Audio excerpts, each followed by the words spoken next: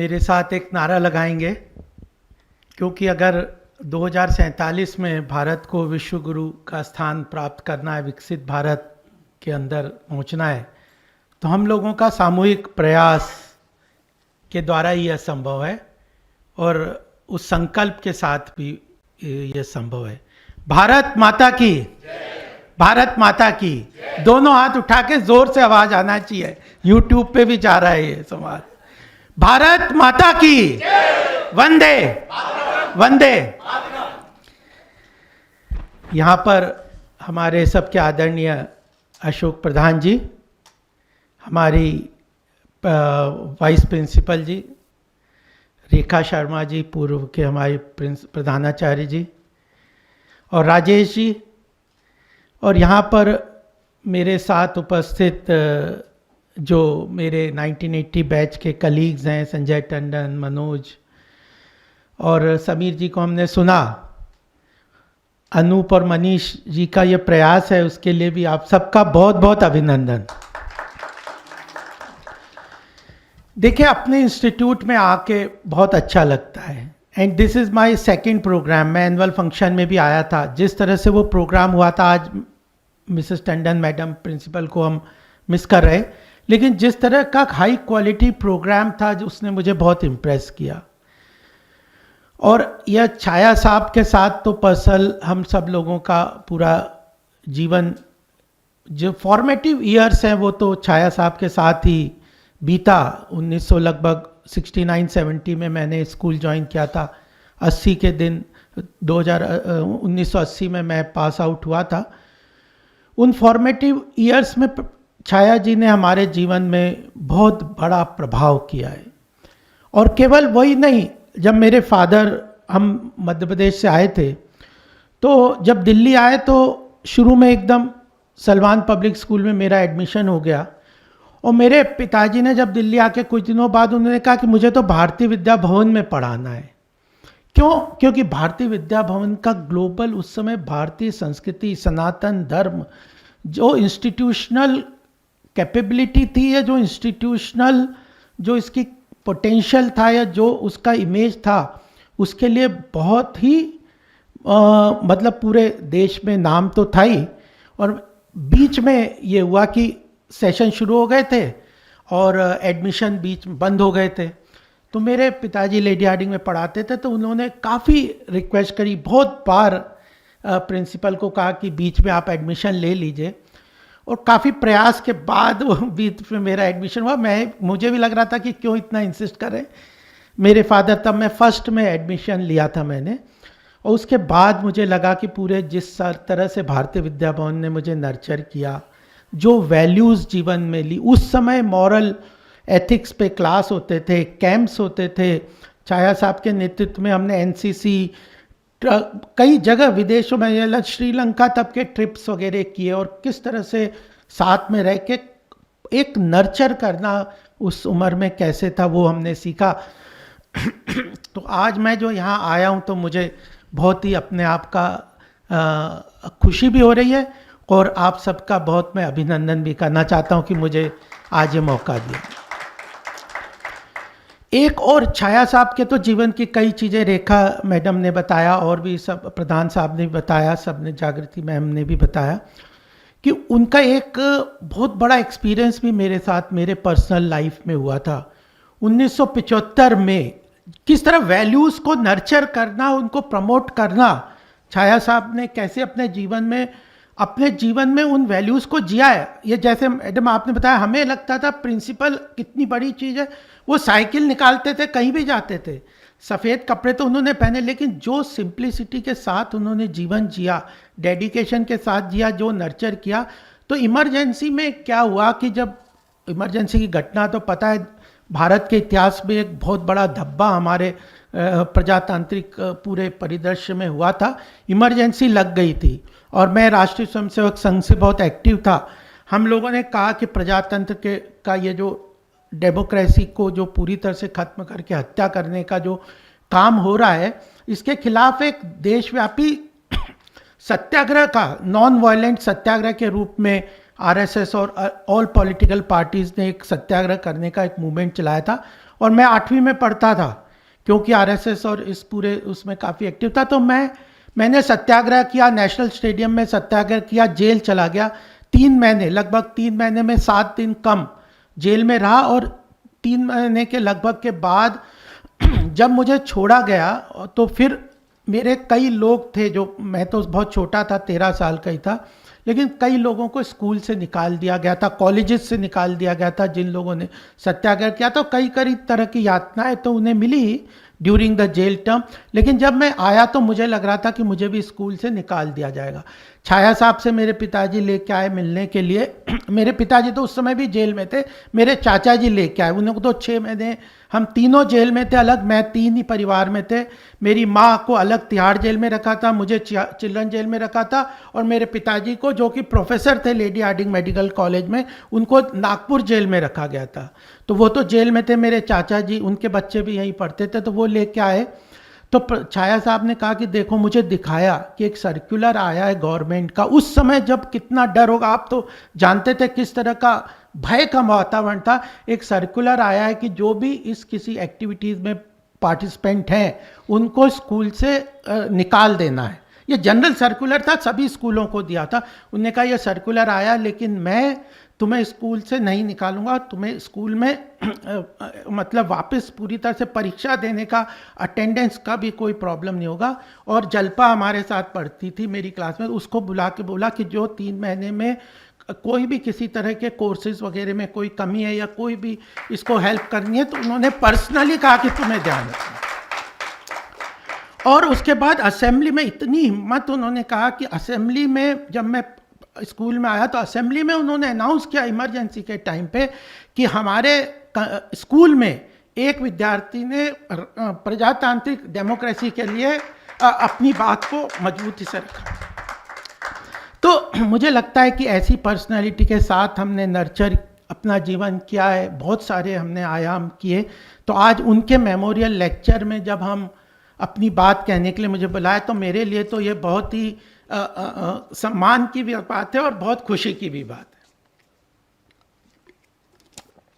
Simplicity थी, nurturing का care था, विजनरी थे, एजुकेशनिस्ट थे। जब उसके बाद जब स्कूल में नवोदय विद्यालय का कॉन्सेप्ट बनाया तो उसके डायरेक्टर के रूप में किस तरह से काम किया। यहाँ कल्चरल एक्टिविटीज़ होती थी। चिन्मयानंद मिशन के साथ आज हम जुड़े हैं। चिन्मयानंद जी यहाँ पे आके उनके लेक्चर होते थे रेगुलर हर साल, और एक सेशन स्पेशली हम स्टूडेंट्स के लिए वो करते थे दिन में, जिसमें वो हंसा के, चिन्मयानंद जी तो बहुत बढ़िया स्पीकर थे, किस तरह से उन्होंने बच्चों को गीता और इस सब के बारे में जानना, तो ये एक्सपोजर उन्होंने पूरा दिया। तो उनके मेमोरी में आज ये जो लेक्चर है, सेलिब्रेशन, सही बात था कि उनकी सेलिब्रेशन के रूप में ये आज जयंती है, तो मेरी भी उनके चरणों में अपनी प्रणाम कहना चाहता हूँ मैं साथियों। और कितना समय अनूप, मनीष? हाँ फिर टॉपिक थोड़ा बड़ा है, तुमने 50 मिनट लिखा था, मैं कोशिश करूँगा कि जल्दी कम समय में मैं बताऊं, लेकिन मुझे लगता है कि टॉपिक बहुत इम्पॉर्टेंट है। मैंने काफ़ी तैयारी भी की है, और एक समय इसलिए क्योंकि YouTube के चैनल से भी आप लोगों के बीच में जा रहा होगा, क्योंकि व्यक्ति जब इंस्टीट्यूशंस को खड़ा करते हैं, व्यक्ति के ऊपर बहुत बड़ा डिपेंडेंट होता है कि कैसा इंस्टीट्यूशन बने, कैसा नेतृत्व का बहुत प्रभाव होता है, और उसके विजन से हमको अलाइन होना पड़ता है। अगर नेतृत्व का विजन कुछ है और हम उससे अलाइन नहीं हो पाते, तो कई बार उसकी बैकग्राउंड या रियलिटी हमारे ध्यान में नहीं आती, और हम लोग कई बार ट्रैक से बाहर जाके अपनी इमेजिनेशन के बेस पे कई चीज़ों के रॉन्ग नैरेटिव के चक्कर के उसमें भी फंस जाते हैं, रॉन्ग परसेप्शंस के भी उसमें घालमेल में फंस जाते हैं। तो जिस तरह से प्रधानमंत्री मोदी जी का जो विजन है वह भी बहुत महत्वपूर्ण है कि हमें जानना चाहिए क्यों। और इसी का बेस ये है कि जब प्रधानमंत्री जी कहते हैं कि 2047 में India at 2047 should move from a developing country to a develop, विकसित भारत की जो परिकल्पना प्रधानमंत्री जी लेके जाते हैं, तो वो कभी ये नहीं कहते कि 2047 आएगा तब हम विकसित होंगे. We will become a developed country by then. It is a continuous process, and it is the process which has started long back, around 10 years back. With that vision he started. और आज जिस तरह का हमारे देश में sentiment है, कल ही मैं देख रहा था, आज सवेरे रायसीना डायलॉग में वर्ल्ड इकोनॉमिक फोरम के प्रेसिडेंट ने बोला, एक स्टेटमेंट बहुत महत्वपूर्ण है कि what I see in India is an optimism, a hope, a positive sentiment in the people of India. यह बहुत महत्वपूर्ण है कि 2047 के लिए जब हम विकसित भारत के कॉन्सेप्ट में जाते हैं तो वो ऑप्टिमिज्म, होप और जो परसेप्शन और जो सामूहिक शक्ति के साथ काम करने की जो बात सबके अंदर, जो जज्बा जिसको कहते हैं, उसको खड़ा करने में प्रधानमंत्री जी ने पिछले 10 वर्ष में बहुत महत्वपूर्ण काम किया. और उसमें यह बात भी हमारे ध्यान में आनी चाहिए कि 2 विषय और इसके महत्वपूर्ण हैं, क्योंकि इकोनॉमिक एंड कल्चरल रिनेसेंस ये बहुत महत्वपूर्ण है. अगर थोड़ा सा बैकग्राउंड में आपके सामने रखूंगा कि हिस्टोरिकली अगर हम देखें, जब 1000 साल की भारत की जो थी गुलामी का वर्ष था, जब इस्लामिक इन्वेजन भारत में हुआ 1000 साल की 1947 के पहले, 200 वर्ष तो अंग्रेजों का सत्ता में हम रहे, उसके पहले 800-900 वर्ष इस्लामिक इन्वेजन के अंतर्गत भारत गुलाम रहा. उसके पहले की अगर भारत का इतिहास देखें, सांस्कृतिक रूप से हम देखें, तो भारत में पूरी तरह से जो स्ट्रक्चर था, चाहे art, culture, music, dance, food, festival, इन सब क्षेत्र में भारत अग्रणी रूप से था. और उसका रीज़न क्या था कि उस समय अगर आप देखें तो भारत जो ग्लोबल जो जीडीपी था उसमें लगभग 27 से 28% का ग्लोबल ट्रेड और जीडीपी में कंट्रीब्यूट करता था. और जब इकोनॉमिकली पावरफुल था भारत, उस कारण जो बाकी सारे फील्ड थे उन सब में भारत अग्रणी था. It was global leader in all major field. और वो जो सांस्कृतिक धरोहर थी, जो कल्चरल धरोहर थी, वह 800 और साल के इन्वेजन के समय, एक के बाद इस्लामिक इन्वेजन ने नॉर्थ इंडिया में तो बहुत ज़्यादा हुआ, एक के बाद एक हमारे कल्चरल सेंटर्स को डिस्ट्रॉय किया. कल्चरल सेंटर्स को डिस्ट्रॉय करके पूरी तरह से ध्वस्त कर दिया. जो हमारे सेंटर्स थे, जहाँ पे चाहे आज भी दक्षिण में जाएंगे तो आपको बहुत सारे मंदिर वगैरह में देखेंगे कि वहाँ पे पूरा आर्ट, ये जो कल्चर है, सांस्कृतिक धरोहर है, उसको पूरी तरह से उन्होंने संजो के रखा हुआ है. लेकिन नॉर्थ इंडिया में जितने कल्चरल सेंटर्स थे या जो भी टेम्पल जिसको कहते थे, उन सबको डिस्ट्रॉय कर दिया. और उसके कारण एक ऐसा स्थिति हमारे आज, उसके बाद अंग्रेजों का लगभग 200 साल राज हमारे देश में हुआ. उन 200 साल में स्ट्रेटेजिकली जो ब्रिटिशर्स थे वो काफ़ी स्मार्ट थे. उन्होंने डायरेक्ट कन्फ्रंटेशन नहीं किया, लेकिन जो प्रधान साहब आपने बात कही कि उन्होंने हमारे माइंडसेट को स्ट्रेटेजिकली कॉलोनाइज कर दिया. कॉलोनाइज करके एवरीथिंग इंडियन इज बैड, हमारे स्वाभिमान को ख़त्म कर दिया. यू आर स्नेक चार्मर्स, आपके यहाँ पे तो मतलब अंधविश्वास है. हमारे धर्म ग्रंथ, हमारी संस्कृति, हमारे कल्चर, हमारे ट्रेडिशंस, हमारी फूड डाइवर्सिटी, इन सबको उन्होंने स्ट्रेटेजिकली हमारे माइंड में इनके प्रति स्वाभिमान खत्म कर दिया. और उस 200 वर्ष के बाद जब 1947 में भारत स्वतंत्र हुआ, 1947 में जब हम लोगों ने यह माना, यह कहा कि हम we will adopt the democracy, तो एटकिन ने पार्लियामेंट में वहाँ पे कहा कि इंडिया में ने हैज़ एक्सेप्टेड डेमोक्रेसी, लेकिन यहाँ पे भुखमरी, अशिक्षा, गरीबी, डाइवर्सिटी, ये जो डिफरेंसेस है, इसके कारण डेमोक्रेसी विल नॉट सर्वाइव. और उसने कहा democracy will not last in India for long. लेकिन आज भी हम 1947 के बाद देखें कि we are a strong democracy. लेकिन 1947 के बाद मैं एक बात और कहना चाहता हूं कि 1947 के बाद जो एक मूवमेंट होना चाहिए था, डीकोलोनाइजेशन ऑफ इंडियन माइंड, वो जो स्वाभिमान की जो कमी हो गई थी हमारे देश में, जो हमारे ईथोस के ऊपर, जो हमारी संस्कृति इतनी महान संस्कृति थी कि इतना सारा वो जो हमारा कंट्रीब्यूशन ग्लोबली था, उसको रिवाइव करके हमें आगे बढ़ना चाहिए था। वो कुछ ना कुछ लैक करता था। ये चीज को भी हिस्टोरिकली हमने एक्सेप्ट करना चाहिए था कि 1947 में जो कल्चरल रिनेसेंस होना चाहिए था, जिस तरह का डीकोलोनाइजेशन ऑफ माइंड होना चाहिए था, जिस तरह के क्योंकि अंग्रेजों ने 200 साल में हमारे इंस्टीट्यूशंस को भी कॉलोनाइज कर दिया था। हर चीज हम बाहर से ले लें, रूल्स, रेगुलेशन, लॉ, स्ट्रक्चर, जिस भी चीज को, एजुकेशनल सिस्टम, हर चीज को हमने उठा के बाहर से लाके यहाँ पे कर दिया था। तो वह भी एक महत्वपूर्ण हिस्टोरिकल फैक्ट है जो कि हमारे को ध्यान में आना चाहिए। दूसरी बात जो मैं कहना चाह रहा था, वो कहना है, वो एक और बात यह है कि 1947 में जब हम स्वतंत्र हुए तो हमारी जो ग्लोबल कंट्रीब्यूशन थी इकोनॉमी में मात्र 2% रह गई थी।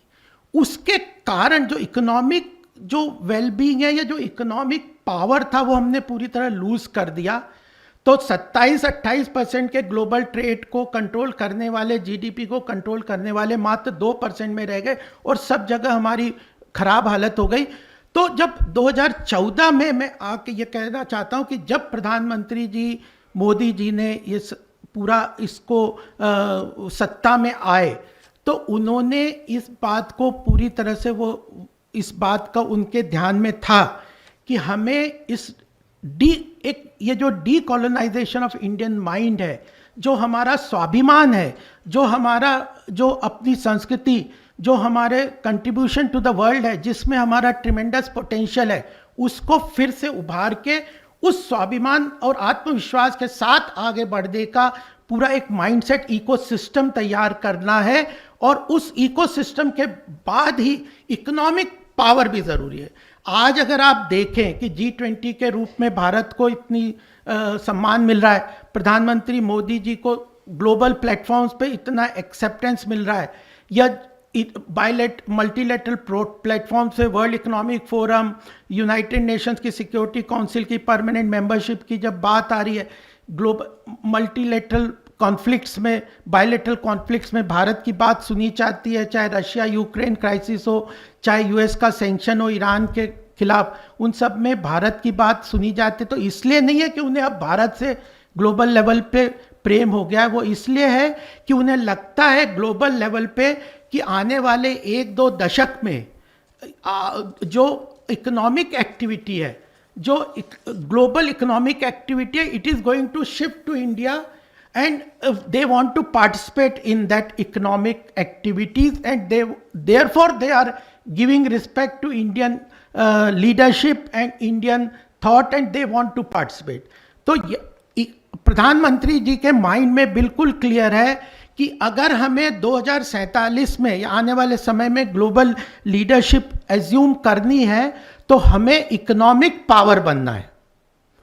और तो इसलिए इकोनॉमिक रिनेसेंस बहुत इंपॉर्टेंट है। इकोनॉमिक पावर अगर हम बनेंगे तो ग्लोबल लेवल पे हमारी बात को सुना जाएगा, ग्लोबल लेवल पे हमारे स्ट्रेंथ बनेगी, और हमें उसी कारण जो विकसित भारत की परिकल्पना है उसमें इकोनॉमिक सुपर पावर बनने का भी बहुत महत्वपूर्ण योगदान रहने वाला है।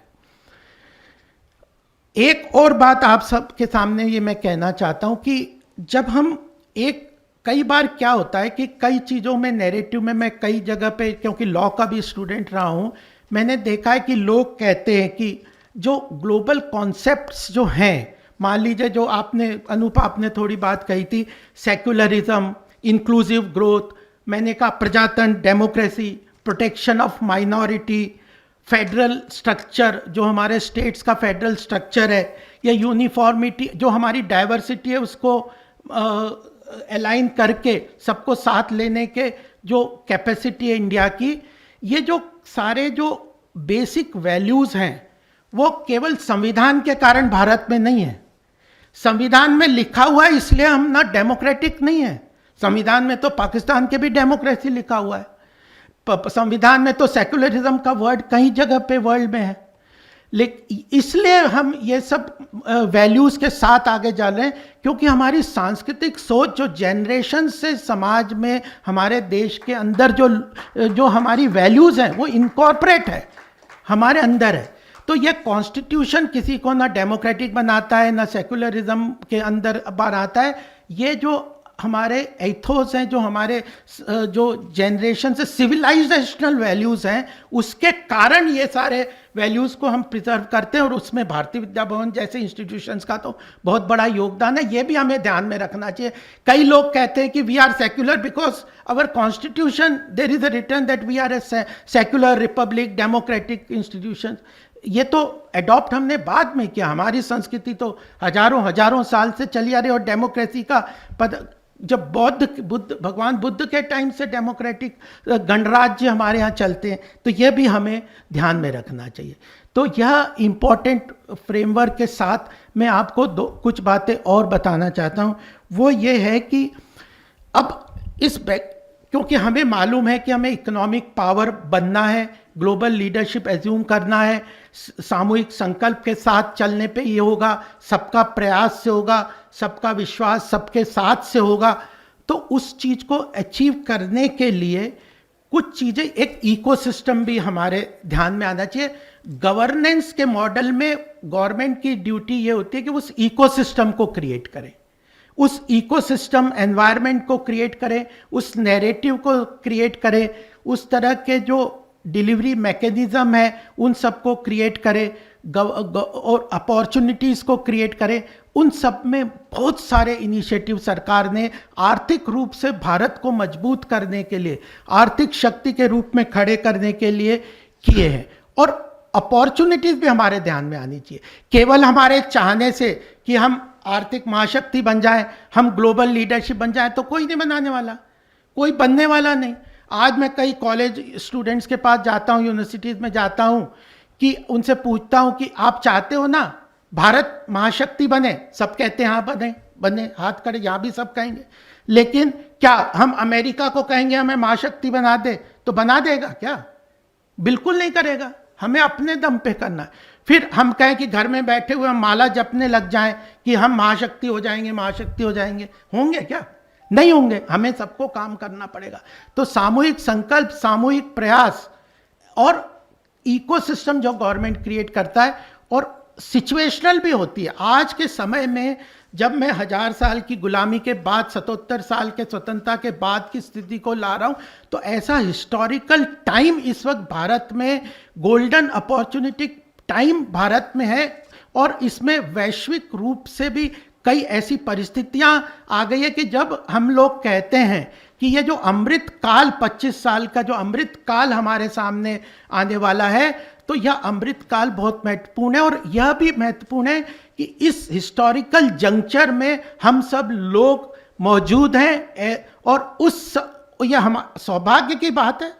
अभी तो लाइफ किसी की कितनी है, 70, 75, 80, 100 साल मैक्सिमम होगी। लेकिन हिस्टोरिकली ऐसा मूवमेंट पे हम लोग मौजूद हैं जब हम अपने सामने कल्चरल एंड इकोनॉमिक रिनाइसेंस देख रहे हैं। We are not only going to see it, but we will actually participate it and we will be contributing to that. तो उस चीज़ को हिस्टोरिकली कुछ बात, या जो इकोसिस्टम में करंट सिचुएशन है, वो भी मैं इकोनॉमिकली आपके सामने रखूंगा संक्षिप्त में, क्योंकि यही पोटेंशियल है जिसको हम लोगों को रियलाइज करना है। अब कोविड एक बहुत बड़ी त्रासदी हमारे सामने हुई। कोविड के बाद क्या हुआ कि ग्लोबल इकोनॉमी में बहुत ज़बरदस्त रिसेशन हुआ। 3 एरियाज थे जो इकोनॉमी को ड्राइव कर रहे थे ग्लोबल की, यूएस, यूरोप और चाइना। कोविड के बाद जो जिस तरह की सिचुएशन, इकोनॉमिक सिचुएशन हुई, अमेरिका ने जिस तरह की इकोनॉमिक पॉलिसीज़ में गई, मैं डिटेल में उसमें काफ़ी हमने स्टडी किया। उसके बाद ही आत्मनिर्भर पैकेज को लेके आए हैं। उस आत्मनिर्भर पैकेज ने बहुत कंट्रीब्यूट किया। जिस तरह से post Covid economic revival Bharat का हुआ कि it is become the outlier and the fastest growing economy in the world, attracting the highest FDI from the world. Manufacturing sector बढ़ रहा है, डिफेंस सेक्टर बोल रहा है, स्पेस टेक्नोलॉजी में, स्पेस सेक्टर में हम एक एक दिन में 100 जो सैटेलाइट को लॉन्च कर देते हैं। फिनटेक रिवोल्यूशन के अंदर मोर देन 108 जो यूनिकॉर्न्स हमारे देश में, हजारों स्टार्टअप इकोसिस्टम्स हो रहे हैं। तो पोस्ट कोविड एक बहुत बड़ा सिनेरियो के ऊपर काम किया गया। इकोनॉमिक रिवाइवल तो हुआ ही, लेकिन एक अपॉर्चुनिटी और बहुत बड़ी ये आई कि अमेरिका पोस्ट कोविड इन्फ्लेशन के अंदर 40 साल में जितना इन्फ्लेशन अमेरिका में नहीं था, उतना इन्फ्लेशन पोस्ट कोविड अमेरिका में हुआ। दूसरा एक ग्रोथ कैटलिस्ट भारत का जो वर्ल्ड का था वो यूरोप था। यूरोप में Germany, US, UK, everything countries are getting into recession one after the other. और तीसरा ग्रोथ प्रोपेलर वर्ल्ड का था वह था चाइना। चाइना तो कोविड के बाद रिकवर ही नहीं कर पाया। उसके बाद चाइना प्लस उस जिस तरह से चाइना ग्रोथ प्रोपेल कर रहा था ग्लोबल इकोनॉमी की, तो लोगों को लगा, और उसके जैसे ही कोविड में एकदम लॉकडाउन हुआ और जिस तरह की पॉलिसीज उन्होंने अडॉप्ट की, तो global investors, manufacturing sector, multinational companies को लगा they started a policy of China +1, यानी they should have a alternative if something goes bad in one country, they should have a second base in India. तो risk diversion strategy के अंदर भारत को बहुत जबरदस्त opportunity है। और ये तीनों जो ग्रोथ प्रोपेलर ग्लोबली थे वह तीनों प्रॉब्लम में थे। और 22 अगस्त को प्रधानमंत्री जी ने ब्रिक्स में कहा कि Indian economy will not only grow, वो तो कर रहे हैं मैक्रो इकोनॉमिक पैरामीटर्स के ऊपर मैं बहुत बोल सकता हूँ, लेकिन उतनी ज़रूरत नहीं है। मुझे लगता है गूगल का समय, इंटरनेट के माध्यम से काफ़ी चीज़ें खुल के आ सकती हैं। लेकिन जो उन्होंने 22 अगस्त को ब्रिक्स में कहा कि India will not only grow economically for itself but it will catalyse the growth of the global economy. तो यह अपॉर्चुनिटी हम लोगों को इकोनॉमिकली मिल गई है। और यही बात नहीं है, कोविड के बाद जिस तरह से वैक्सीन मैत्री के अंतर्गत प्रधानमंत्री जी ने काम किया, बहुत बड़ी एक प्रेशर था कि आप ग्लोबली वैक्सीन इंपोर्ट करो, 2500 से लेकर 4000 की कॉस्ट थी और आप यहाँ पे वैक्सीन फ्री दो। प्रधानमंत्री ने कहा कि नहीं, हमें डोमेस्टिक वैक्सीन डेवलप कर दी है, और वो भी की रिकॉर्ड टाइम में 180 रुपए की कॉस्ट पे की।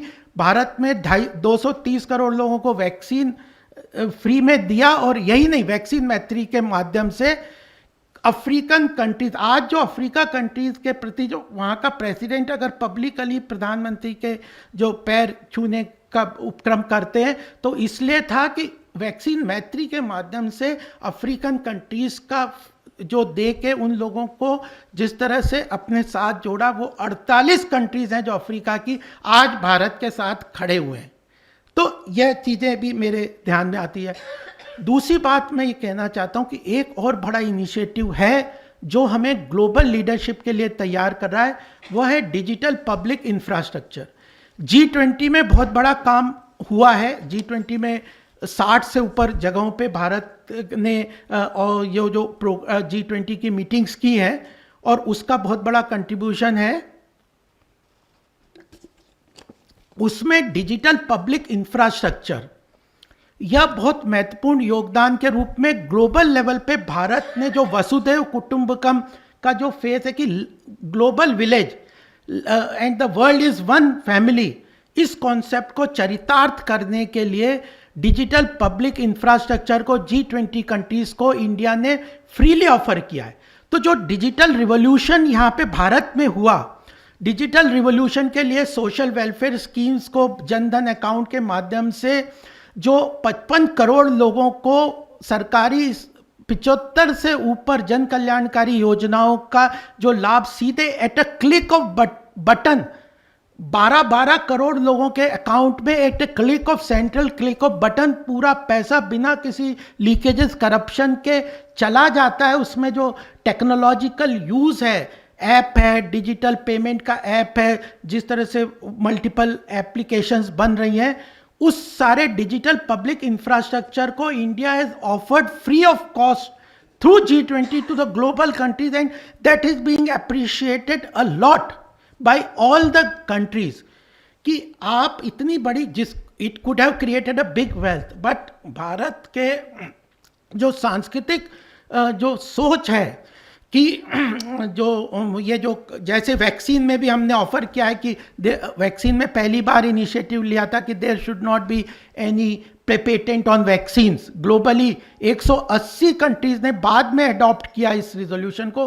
पहला सबसे पहले यूनाइटेड नेशंस ने कोविड के टाइम पे भारत ने उठाया था कि there should not be any patent on vaccine because it's a essential commodity, essential for the life. तो इसी तरह डिजिटल पब्लिक इंफ्रास्ट्रक्चर के पूरे इकोसिस्टम को भारत ने ग्लोबल लेवल पे हर कंट्रीज को बिना किसी कॉस्ट के ऑफर किया है। भारत ने तो उसका फायदा उठाया। इतने 10 साल में 34 लाख करोड़ का जो वेलफेयर स्कीम के माध्यम से जन कल्याणकारी योजनाओं से आम आदमी के विकास के लिए जो पैसा ट्रांसफर किया है, उसमें केंद्र सरकार ने अपने लिए तो 2,27,000 करोड़ को पैसे को बचाया ही, लेकिन 100% बिना किसी करप्शन लीकेजेस के आम आदमी को टारगेटेड लेवल पे डिलीवरी दी है। और एक बात और उसमें मैं ये कहना चाहता हूँ कि जिस तरह से एनर्जी सिक्योरिटी पे काम किया, अभी ये जो एस जयशंकर जी ने कहा कि India has at a global level पे क्या होता है, ग्लोबल डिप्लोमेसी में क्या महत्वपूर्ण होता है, how do you manage national interest, how do you manage national interest in global diplomacy. Conflict तो है ही, एस जयशंकर जी के अगर आप भाषण सुनेंगे, कल भी सुनेंगे और भी जगहों पे देखेंगे, ग्लोबल कॉन्फ्लिक्ट्स हैं क्योंकि ग्लोबल इंटरेस्ट क्लैश करते हैं। उन नेशनल इंटरेस्ट को, इंडिया फर्स्ट इंटरेस्ट को how do you manage is really a diplomacy. नहीं तो हरदम हम क्या करते थे, हम नेशनल इंटरेस्ट को कॉन्फ्लिक्ट मतलब एक्सेप्ट ही नहीं करते थे। हम एक ही एग्जाम्पल दूंगा, अरुणाचल प्रदेश में ब्रह्मपुत्रा इतनी बड़ी रिवर है, ब्रह्मपुत्रा पे एक ब्रिज बनना था पहला 9 किलोमीटर का आसाम में, वह इतने 70-75 साल में इनकम्प्लीट था क्योंकि चाइना ऑब्जेक्ट कर रहा था। ब्रह्मपुत्रा आगे जाना है अरुणाचल को तो आपको बोट से जाना है, कई एरियाज आसाम के बाद अरुणाचल से कनेक्टेड नहीं थे। क्यों? क्योंकि ब्रह्मपुत्रा को क्रॉस नहीं कर सकते थे। और क्यों? ब्रिज बनाने के लिए प्लान था, सब कुछ था 9 किलोमीटर का, वो बना नहीं रहे, चाइना ऑब्जेक्ट कर रहा था। वो ब्रिज बना और पिछले 10 साल में 9 ब्रिज ब्रह्मपुत्रा पे बन गए। कहते थे लद्दाख से इन्वेजन हो जाएगा तो हमें इंफ्रास्ट्रक्चर रोड्स नहीं बनाना, 16 बॉर्डर रोड्स बनाए गए। तो how do you manage national interest. Ukraine Russia crisis में, मैं तो ऑयल कंपनी में बोर्ड पे हूं, हमें पता है एनर्जी सिक्योरिटी हमारा 80% of oil we are importing from outside country, 70% हमारा जो फॉरेन एक्सचेंज है इंपोर्ट का बिल वो इसमें चला जाता है ऑयल खरीदने में। और जब यूक्रेन रशिया का क्राइसिस हुआ, हम यूक्रेन और रशिया से बहुत ऑयल लेते थे, यूएस ने कहा कि हम मतलब इसको सैंक्शन नहीं ले सकते, but India continue to import oil from Ukraine, Russia, and we have at present the best of relations with US. This is managing your national interest, convincing the world that we will look for our interest, we will look for our India first policy, but we will resolve the conflict, and that is the way, that is diplomacy. तो यह भी एक बहुत हमारे सामने ध्यान में आनी चाहिए। मैंने आपको कई चीज़ें बताई, इकोनॉमिक रिनेसेंस में चीज़ें, थोड़ी सी बातें और इसमें बताऊंगा, फिर I will go to the cultural aspect of the thing. मुझे लगता है कि थोड़ा टाइम तो लगेगा, बट यस, हाँ, but I think it's very important to understand the government policies, vision of our prime minister, and understand, because I have been working very closely with the government policies and from the party side, what are the vision, and we are assigned this work कि आप इस vision, जब तक हम vision को align नहीं करेंगे तो हम बहुत चीज़ों को समझ नहीं पाएंगे। ग्लोबल लेवल पे कई चीज़ें आती है, इंफ्रास्ट्रक्चर डेवलपमेंट किस तरह से हुआ, मैक्रो इकोनॉमिक पैरामीटर्स आज भारत के इतने स्ट्रॉन्ग हैं। हमने इंफ्रास्ट्रक्चर डेवलपमेंट में continuously connectivity, roads, railways, airways, waterways, airports, IITs, educational institutions, इन सबको इतना ह्यूज डेवलपमेंट किया और कंटिन्यूसली आज इस साल का इंटरिम बजट में भी 11.25 लाख करोड़ का इन्वेस्टमेंट, इंफ्रास्ट्रक्चर में इन्वेस्टमेंट में सरकार ने कमिट किया है।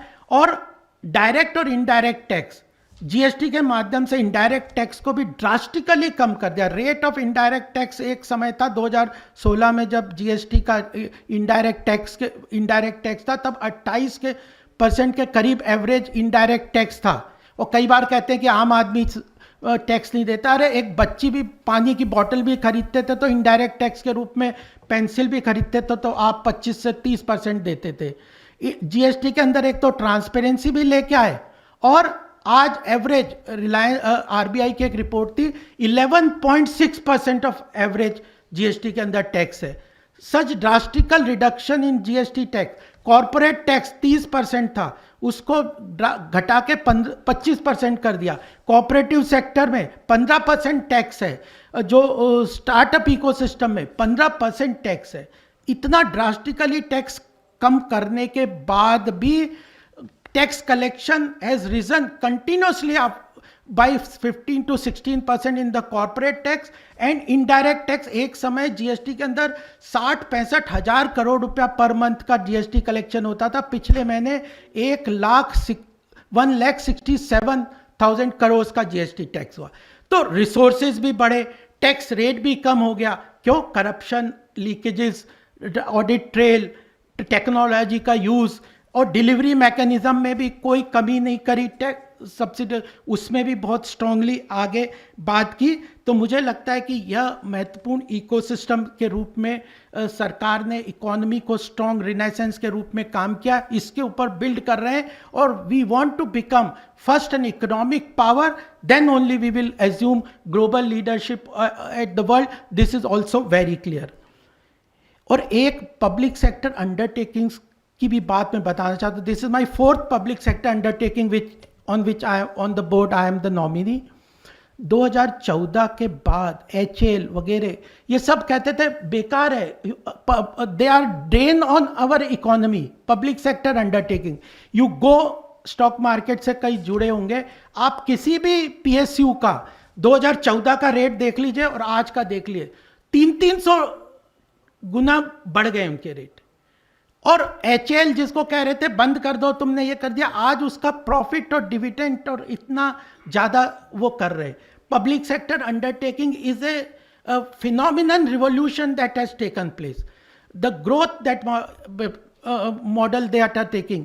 हमारी कंपनी ने 1.5 लाख करोड़ का इन्वेस्टमेंट प्लान किया। अकेले ऑयल सेक्टर लगभग 10 लाख करोड़ का इन्वेस्टमेंट, कैपेक्स जिसको कहते हैं। इकोनॉमी ग्रो कैसे होगी? इकोनॉमी ग्रो होगी इन्वेस्टमेंट से, इंफ्रास्ट्रक्चर से, डिमांड क्रिएट करने से, मैन्युफैक्चरिंग सेक्टर को सपोर्ट करने से, PLI पब्लिक ये जो production linked incentive scheme 14 sector को जिस तरह स्टैगर्ड वे में आत्मनिर्भर पैकेज के अंदर सरकार ने काम किया है। मोबाइल टेक्नोलॉजी को देख लीजिए, ऑटोमोबाइल इंडस्ट्रीज को देख लीजिए, चिप टेक्नोलॉजी को देख लीजिए। कोविड में चिप्स का के साथ बॉटलनेक शुरू हुआ तो 90,000 करोड़ का पैकेज सरकार ने अनाउंस किया कि we will manufacturing our own chips and global जो रेस्ट्रिक्शंस है उनको हम ओवरकम करेंगे। तो PLI के थ्रू, PSU अंडरटेकिंग्स के थ्रू, कैपेक्स इन्वेस्टमेंट के थ्रू, मल्टीपल लेवल पे मैंने जो मैक्रो इकोनॉमिक चीज़ों को आपके सामने रखा। डिफेंस प्रोक्योरमेंट की बात मैं और बताना चाहता हूँ कि एक समय था जब हम 90% of our defence requirement we were importing, और last year 68% of our defence requirement were procured domestically. From 90% import to 68% domestic procurement, how much growth it has created in the country। तो यह चीज़ें हमें बिल्कुल ध्यान में रखनी चाहिए। मैंने जो इकोनॉमी पे जो कुछ बातें करनी थी मैंने आपके सामने रखी. India is surely poised for a very big economic growth and jump. और मैं तो 30 कंट्रीज में के अंदर पीछे गया हूँ, कई बार सरकार की तरफ से भी गया हूँ. ट्रिमेंडस लोगों के अंदर एंथुजियाज्म है. अभी ये जो वर्ल्ड इकोनॉमिक फोरम में स्मृति ईरानी जी गई थी, उनकी जो प्रेस कॉन्फ्रेंस हुई थी वो मैं सुन रहा था, उसमें वहाँ पे उन्होंने बताया मैक्सिमम इंटरेस्ट. कल इसने भी जो प्रेसिडेंट थे वर्ल्ड इकोनॉमिक फोरम के, उन्होंने कहा कि इस बार वर्ल्ड इकोनॉमिक फोरम में maximum interest which a country has generated is India. और वो वहाँ पे पूछ रहे थे स्मृति जी से, अभी पीछे हम मिले तो बोल रहे थे वहाँ पे, और पब्लिक में भी है ये, उन्होंने बोला कि वहाँ सब ये पूछ रहे थे बताओ अयोध्या का क्या प्लान है, अयोध्या में क्या इन्वेस्टमेंट होगा, कैसे टूरिज्म डेवलप होगा, कैसे कल्चरल सेंटर्स वो डेवलप होंगे, क्या क्या वहाँ पे होटल्स बनेंगे, रोड्स बनेंगे, ब्रिजेस बनेंगे, एयरपोर्ट बनेंगे. 29,000 करोड़ का अकेला इन्वेस्टमेंट अयोध्या में. एक विलेज था, आप लोग कहीं गए होंगे, एक छोटा सा गांव था, और आज जिस तरह से अयोध्या प्रोपेल कर रहा है ग्रोथ को, जिस तरह काशी का मंदिर का रिवाइवल हो रहा है, तो ये जो सिविलाइजेशनल इंस्टीट्यूशंस थे ना, जो वो पूरी तरह से रिवाइवल के उसमें सिस्टम में आ गए. उज्जैन कॉरिडोर देख लीजिए, काशी कॉरिडोर देख लीजिए, अयोध्या जिस तरह प्रोपेल कर रहा है, ये तो कुछ एग्जाम्पल्स हैं जो ग्लोबली एक्सेप्टेबल ये हैं. तो यह बहुत महत्वपूर्ण है कि इकोनॉमी और कल्चरल ईथोस को कंबाइन करके हम सरकार आगे बढ़ रही है. और कई बार एक चीज़ मैं और आपके सामने बहुत स्पष्ट, क्योंकि भारतीय जनता पार्टी की इकोनॉमिक पॉलिसी मेकिंग में मेरा काफ़ी इन्वॉल्वमेंट है. भारत कभी भी सोशलिज्म का जो स्ट्रक्चर है ना, we were never in this situation की economic growth, manufacturing industries are business is a bad word. Socialism का यह जो एक नैरेटिव चलता है, कई बार चलाने की कोशिश करते हैं कि business is bad, industry is bad, business community is not good for the country. We as a Bharatiya Janata Party, openly मैं कह रहा हूँ, we consider industry and business community as part of nation building. Without creating resources, how you can sustain the distribution model? It will be fail, and you will just distribute poverty. कहते भी है ना कि if you are not creating wealth, you are simply distributing poverty to the people. तो अंत्योदय भी हमारा लक्ष्य है, समाज के अंतिम वर्ग तक सरकारी योजनाओं का एफिशिएंटली टारगेटेड डिलीवरी भी हमारा काम है, टेक्नोलॉजी को यूज़ करना भी काम है, corruption free, leakage free ecosystems को सोशल वेलफेयर के अंदर डेवलप करने का भी काम है, एस्पिरेशनल डिस्ट्रिक्ट के माध्यम से उन बैकवर्ड एरियाज़ को डेवलप करने का भी काम है. बट क्रोनी सोशलिज्म, मैं तो इतने तक कहता हूं कि जैसे क्रोनी कैपिटलिज्म देश को हार्म करता है, क्रोनी सोशलिज्म जो कि बैशिंग इंडस्ट्रियल बिजनेस कम्युनिटी का काम करते हैं, वह कभी भारत की सोच नहीं रही. We were an enterprising country, we were economically very strong, हमारे यहाँ बिजनेस ग्लोबल ट्रेड को हम कंट्रोल करते थे और तभी हम ग्लोबल लीडर थे. तो यह बात भी हमारे बिल्कुल ध्यान में आनी चाहिए, यह भी बात मैं आपके सामने कहना चाहता हूँ. अब सेकंड पार्ट पे मैं आपके सामने कुछ बात कल्चरल रेनेसांस के ऊपर भी बात करना चाहता हूँ कि जब इस्लामिक सब्जुडिकेशन हुआ उस समय हमारे देश में नॉर्थ इंडिया में बहुत ज़्यादा ये जो सिविलाइजेशनल प्रोजेक्ट्स थे, जिनको तो मैं कहता हूँ कि देवर सिविलाइजेशनल प्रोजेक्ट. आज काशी में एक समय था जो 5,000 टूरिस्ट जाते थे, आज कई लाख टूरिस्ट डेली जा रहे हैं. रिवाइवल देखा होगा, आज 2-2, 3-3 लाख टूरिस्ट अयोध्या में जा रहे हैं डेली. वो इकोनॉमिक रिवाइवल, मैं तो इतने एग्जाम्पल वहाँ देखे. एक चाय वाला कह रहा है वहाँ पे सड़क पे बैठा हो कि मैं 10,000 रुपये रोज कमा रहा हूँ अयोध्या में. होटल्स, जिस तरह का इंफ्रास्ट्रक्चर, ये जो सिविलाइजेशनल प्रोजेक्ट्स थे जिनको हम कल्चरल सेंटर मानते थे. मैं तो उत्तर प्रदेश की राजनीति में, उत्तर प्रदेश में काम करता हूँ. कुंभ को जिस तरह से 25 करोड़ लोग पिछले बार कुंभ में गए, जिस तरह से उसने इकोनॉमी को रिवाइवल किया, जिस तरह से पूरा जो हमारे पूरे संस्कृति में वो क्या था, शंकराचार्य, ये कुंभ क्या थे, वहाँ पे कॉन्ग्लोमरेशन ऑफ थॉट, जिसमें पूरे देश के समाज के चिंतन होते थे, कैसा समाज होना चाहिए, कैसा फैमिली वैल्यूज होना चाहिए, कहाँ पे हमारे देश को जाना चाहिए, कैसे धर्म ग्रंथों का प्रिजर्वेशन होना चाहिए, क्या सारी चीज़ें होनी चाहिए, उनके कॉन्ग्लोमरेशन थे, पूरी इकोनॉमी को रिवाइव करते थे। तो इन सब चीज़, ये जो कल्चरल प्रोजेक्ट को डिस्ट्रॉय कर दिया था इस्लामिक इन्वेजन ने, और हमारे देश में नहीं कई जगह किया था, तो उसको रिवाइव करने का काम जो प्रधानमंत्री मोदी जी के नेतृत्व में भारतीय जनता पार्टी कर रही है, that is very important along with the economic renaissance, the cultural renaissance is very important. वही फोकस तरीके से काम कर रहे, तो यह भी मुझे बहुत महत्वपूर्ण तरीके से ये ध्यान में रखना चाहिए। और ये प्रधानमंत्री मोदी जी कहते हैं आने वाले समय में दो चीज, हम जिस फील्ड में मजबूत हैं, जिस फील्ड में हमारा स्ट्रॉन्ग पोटेंशियल है भारत का, उसी फील्ड में तो हम ग्रोथ के साथ आगे बढ़ सकते हैं। अगर आज मेरा शरीर अच्छा है, मैं स्पोर्ट्स में अच्छा हूं, तो मैं स्पोर्ट्स में काम करूंगा। मैं इंटेलेक्चुअली बहुत इंटेलिजेंट हूँ तो मैं इनोवेशन वगैरह में काम करूंगा। फिजिकली कोई अच्छा काम करता है तो उस तरह का काम करेंगे। तो जो ट्रू पोटेंशियल है भारत हमारा कंट्री का, उसमें अगर भारत आगे काम करेगा, आगे बढ़ेगा, तो वो बहुत महत्वपूर्ण तरीके से प्रगति करेगा और अच्छा काम भी होगा। तो नॉलेज इकोनॉमी और cultural economy, these are the true two areas where India's growth will propel. और इसके ऊपर नॉलेज इकोनॉमी में तो मैंने कुछ बातें कही हैं जिसके अंदर सरकार हेविली इन्वेस्ट कर रही है। बजट के डॉक्यूमेंट को देख लीजिए, इन्वेस्टमेंट मल्टीपल मिनिस्ट्रीज के प्लान्स को देख लीजिए।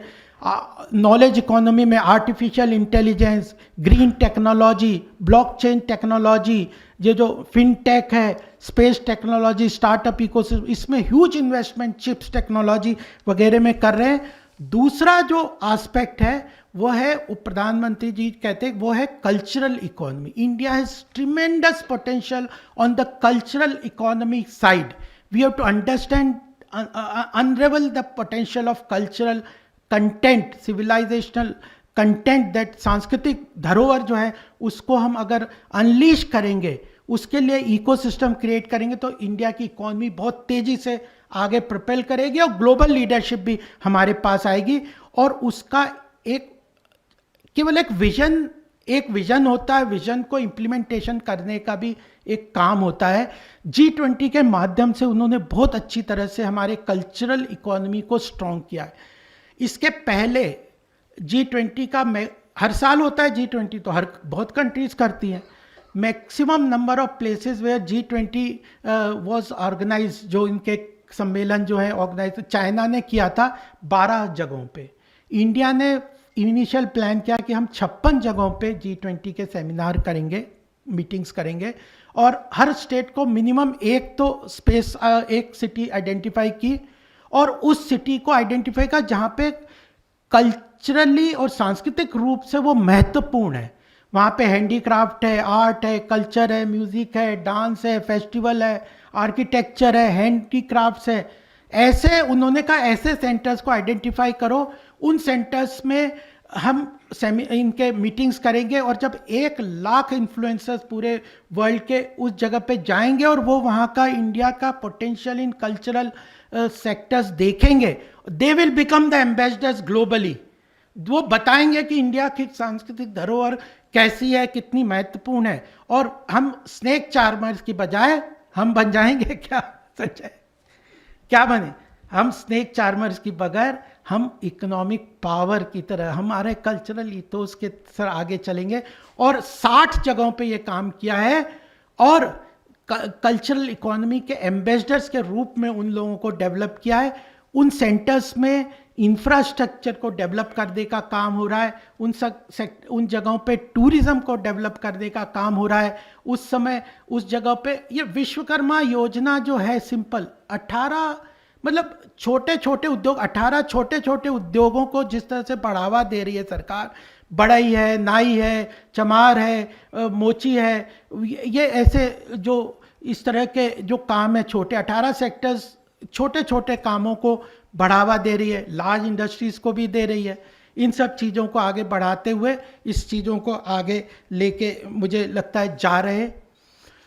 और ये इसी कारण से हमारी कल्चरल सेंटर्स की रिवाइवल भी हो रही है। मैं तो ये बता रहा हूँ कि सोच कई कुछ बार हिस्टोरिकली हमें कुछ चीज़ों को ध्यान भी रखना चाहिए।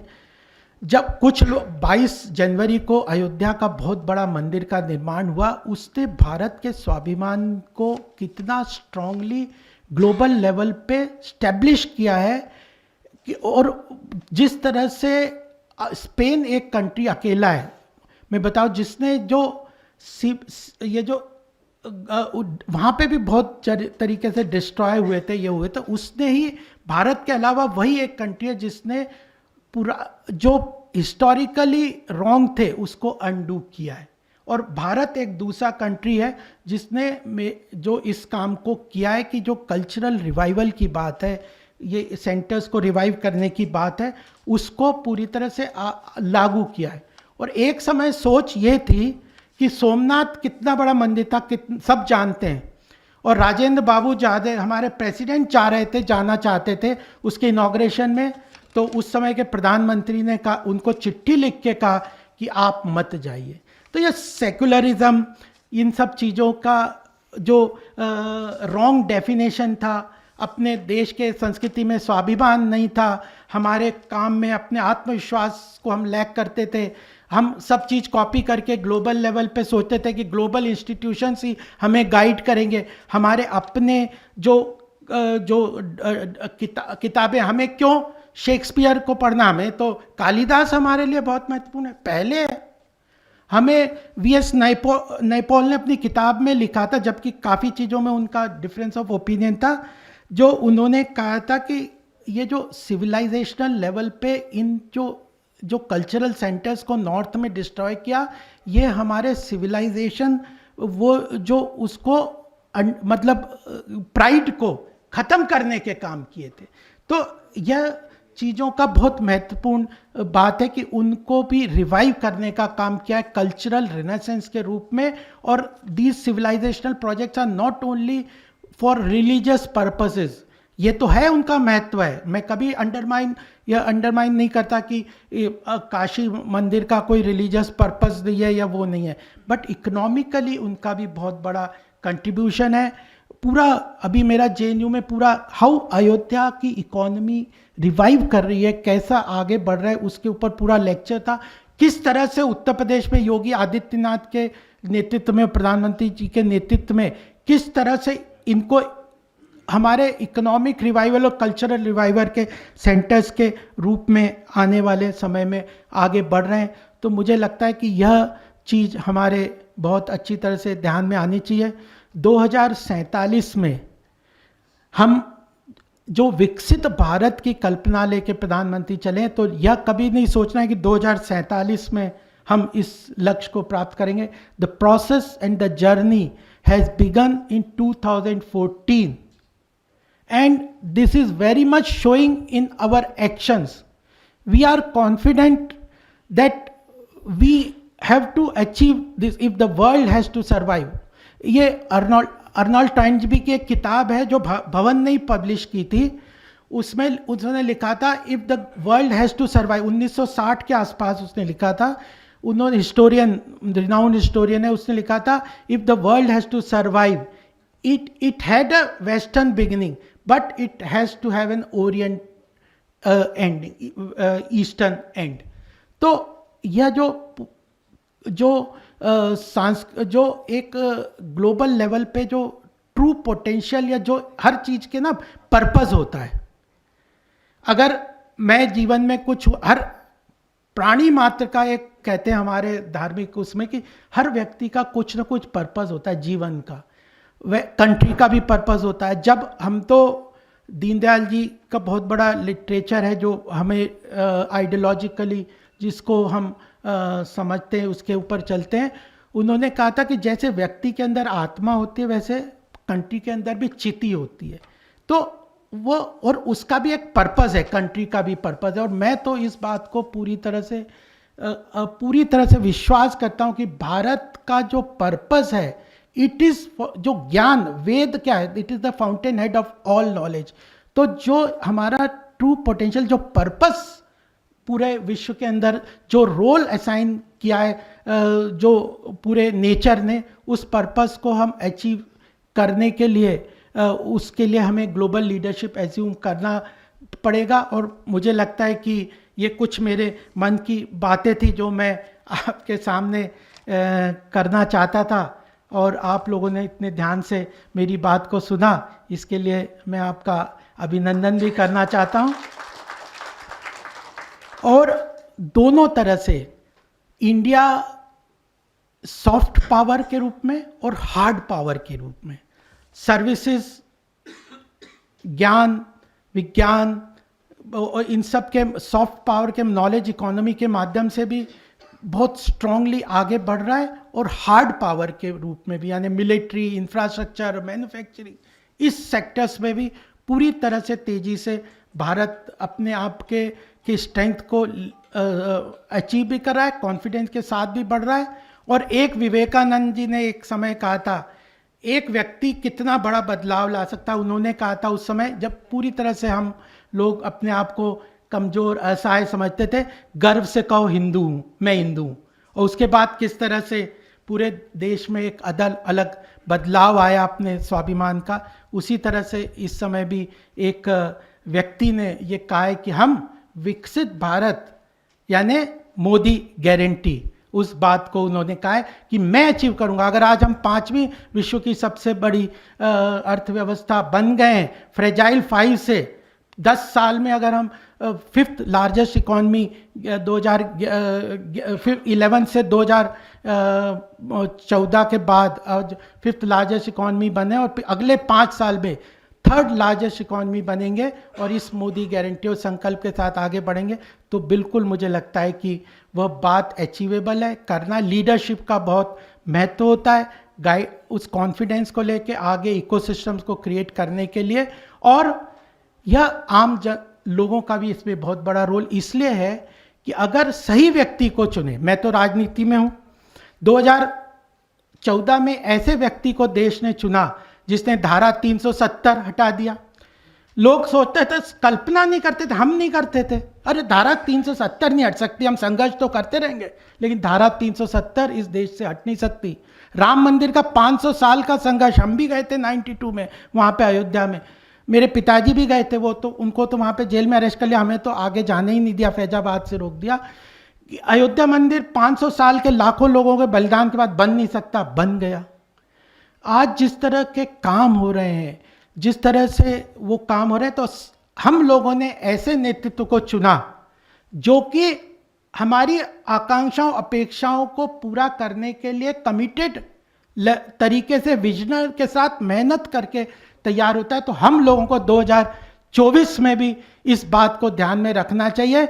ग्लोबल कंट्रीज हैव एक्सेप्टेड, आज जो मार्केट वगैरह से भी, मैं फाइनेंशियल मार्केट से जुड़ा हूं, उनके माइंड में बिल्कुल क्लैरिटी है कि इंडिया अंडर 2024 में मोदी जी की लीडरशिप में आगे बढ़ेगा, India will have a stable government. लेकिन उसी वक्त एक दूसरी भी बड़ी चिंता की, चैलेंज की, चुनौती के रूप में है कि बहुत सारे global forces, they do not want strong leadership in India.